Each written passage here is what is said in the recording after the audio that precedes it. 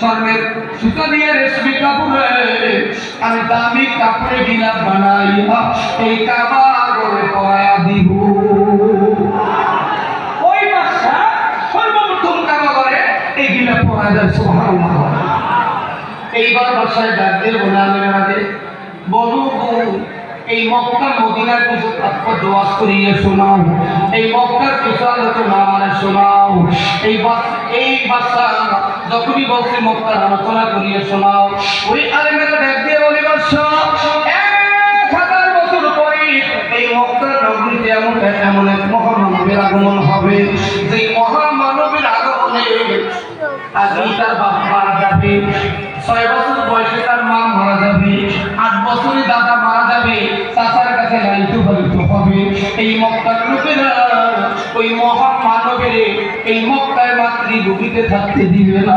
দয়ার নবী মাতৃভূমি ছেড়ে মদিনায় ইয়াসরিবে হিজরত করবে। আমার নবীর আগমনের পরিণাম হবে ইয়াসরিবের নাম হবে মদিনাতুল নবীর শহর। ওই মক্কার লোকেরা আমার নবীর গুণ হবে। একটু দুরূদ পড়েন আল্লাহুম্মা সাল্লি আলা। সামনে গেল একটু ঢালি জায়গা পূরণ করো, সবাই সামনে গেল। হ্যাঁ, দুরূদের সাথে সবাই সামনে গেল। আলি সাইয়্যিদিনা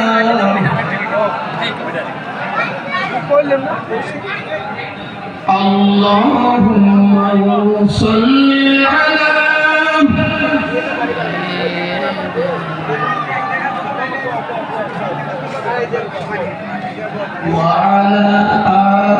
হুজুরের বক্তব্য শেষ। হুজুরের বক্তব্য শেষ না, আরো আছে। আর কেটা বক্তব্য শেষ না, শেষ না, বক্তব্য শেষ বোধ হয়। হ্যাঁ, বক্তব্য শেষ বোধ হইতে। ঘুমিয়ে আসেন দুজাহানের মহাজন আল্লাহুম্মা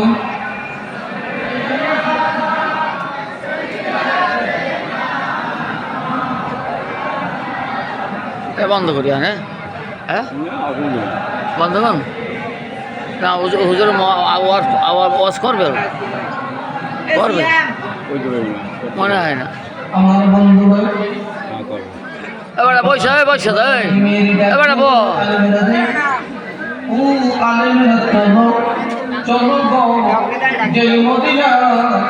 আমার নবীর রিসিভ করবে, রেসপেক্ট করবে, গ্রহণ করবে। আমরা সেই মদিনার উদ্দেশ্যে রওনা দেই। যেই ওই সৈনিকেরা দেখো বাচ্চা আবার সুতানো অধিকারী হয়ে গেছে, সুস্থ সবল হয়ে গেছে। আলেমেরা আলেমদের কাছে সৈন্যরা এসে রিকোয়েস্ট করলো, আলেমেরা বাচ্চাকে একটু বুঝাইয়া আমাদেরকে ক্ষমা করিয়া তার সঙ্গে সফর করার অনুমতি দেন। আলেমেরা বলল বাচ্চারা ভুল বুঝতে পেরেছে, ক্ষমা করে দেন। 3,00,000 সৈন্য নিয়ে আবার রওনা দিল মদিনার উদ্দেশ্যে। এইবার বাচ্চায় জিজ্ঞাসা করে আলেমেরা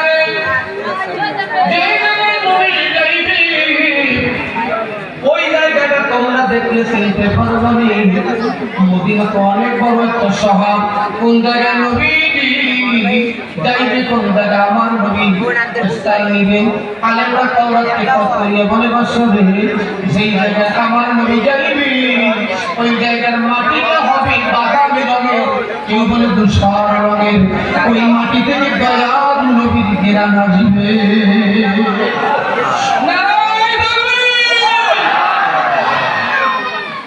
আমার নবী বলেন আদম নবী যখন মাটি এবং পানির ভিতরে তার অস্তিত্ব ছিল না, আমি দয়ার নবী বিশ্ব নবী তখনও আল্লাহ পাকের কাছে পয়গম্বর ছিলাম। সুবহানাল্লাহ বলেন। প্রধান অতিথি বয়ান করে সবার শেষে, ঠিক না? ব্যানারে নাম বয়ান কোন জায়গায়? আমার নবী সব নবীর নবী সাইয়্যিদুল মুরসালিন, কিন্তু নবীজি দুনিয়ার ভিতরে আসছে সবার শেষে। ঠিক কিনা জোরে বলে? এই যে 2,62,000 ছিল, 13 থেকে 14,000 আনে কমিয়ে বাচ্চা যখন বিয়া ছেড়ে চলে গেল, আবু আইয়ুব আনসারীর বাড়িতে এইখানে ওই জায়গায় যাইয়া ওলামায়ে কেরাম মাটির সঙ্গে হাতি নিয়ে মাটি পরীক্ষা করুন। এই মাটি পরীক্ষা করে দেখতেছি এই জায়গায় আমার নবী হিজরত করিয়া আসবে। বাচ্চাকে ডাক দিয়া বলল, বাচ্চা রে, এই জায়গায় আমার দয়ার নবী তাশরীফ হবে, তুই আমার দয়ার নবী এই জায়গায় থাকবে। বাচ্চাকে ডাক দিয়া বলল, কাফেলা স্থগিত করিয়া দাও। ওই বাচ্চার নিষ্পাপ চাই ওই মদিনার জমিনে 450 বাড়ি বানায়া দিছে। একটা বাড়ি বানাইছে দিল, ডুপ্লেক্স বাড়ি বানাইয়া ওই বাড়ির ভিতরে তালা লাগাইয়া বাচ্চা একটা চিঠি লিখছে, চিঠি আসসালাতু ওয়াসসালামু আলাইকা ইয়া রাসূলুল্লাহ, আসসালাতু ওয়াসসালামু আলাইকা ইয়া হাবিবাল্লাহ। ও দয়ার নবী গো, আমি আপনাকে দেখি নাই, আপনার জন্মের 1000 বছর আগে আমি মদিনায় আসছিলাম, আপনার প্রেমে পাগল হয়ে নবী গো আমি এই মদিনায় আপনার বাড়ি বানায় চলে গেলাম। আমি আপনার বাড়ি বানিয়েছি, কিয়ামতের ময়দানে কঠিন মুসিবতের দিন দিন স্বামী তার স্ত্রীকে ভুলে যাবে, স্ত্রী স্বামীকে ভুলে যাবে, কেউ কাউকে পরিচয় দিবে না।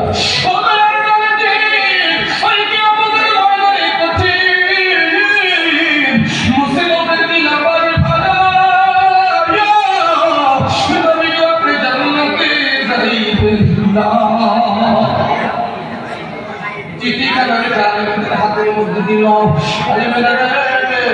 আমার তো ইয়ামেনে যেতে হয়, মদিনায় থাকতে পারি না, তোমরা কি ইয়ামেনে যাবা না মদিনায় থেকে যাবা?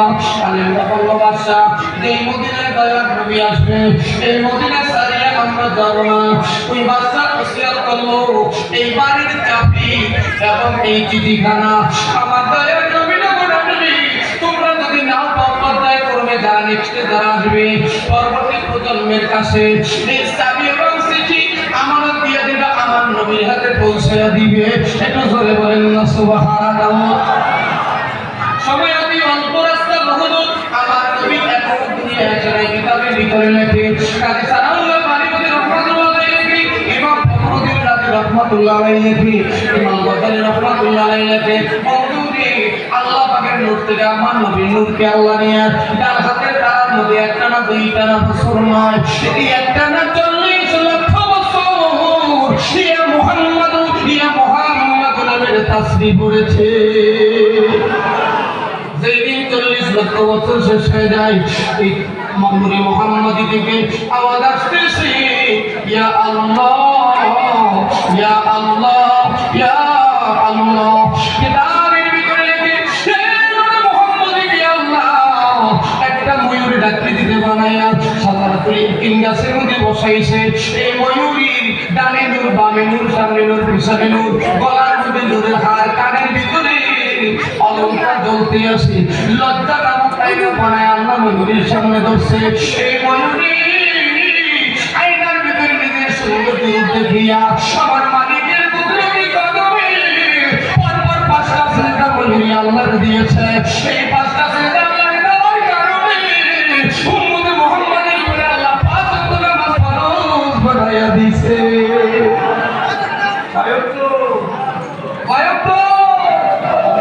নামাজ কিন্তু 50 ওয়াক্ত, ওই 5 ওয়াক্ত 1-10। যদি কেউ 5 ওয়াক্ত নামাজ সঠিক সময় আদায় করে, 50 ওয়াক্ত নামাজের সওয়াব আল্লাহ আমল রাখেন।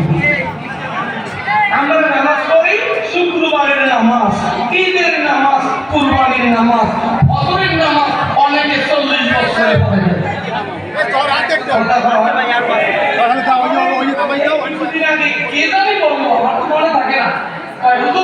গত নির্বাচনে এক নেতার সঙ্গে আমি ছিলাম, 15 দিন উনি নামাজ পড়ছে, নামাজ বাজে নাই, যেখানেই নামাজের রক্ত হয়েছে নামাজের মসজিদে ঢুকছে, কিন্তু চুরি করতে দিইনি। আমি আবার বললাম, উনি পাথর দিয়ে উঁচু বানাইছে, যেটা সহজে থাকে। আলেম তো সমালোচনা করে, ইংলিশে কথা বলে, হোয়াট ইজ দিস? এই নেতারা যদি বলে তুই হয় কোন কেন পায়দামা সব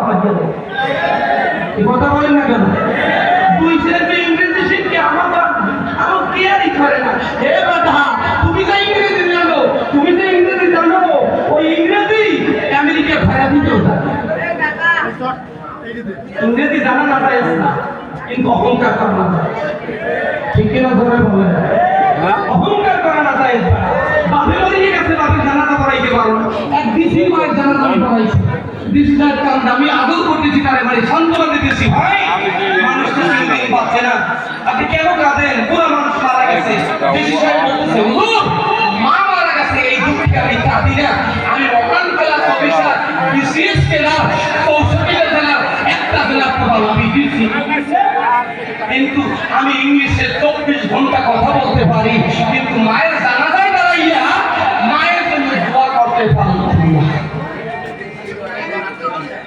মাখনো গফলা নামাডি প্রাণ জাগানা, মাখনো গফলা নামাডি প্রাণ জাগানা, ফাওয়াইলুল লিল মুসাল্লিন আল্লাযিনা, কেউ পড়বে বেরি নামাজ, কেউ পড়ে নির্বাচনের নামাজ। দেন অনেকে আমাদের ধর্ম ব্যবসায়ী কইয়া নির্বাচনের কেন টুইটারে ঠাকছে দিয়া বন্ধ করে দেয়। বন্ধ করে দেয়। ওই সে তো আল্লাহ সারা বছর বীজ করে রাখতে পারে, আলম রাখতে পারে।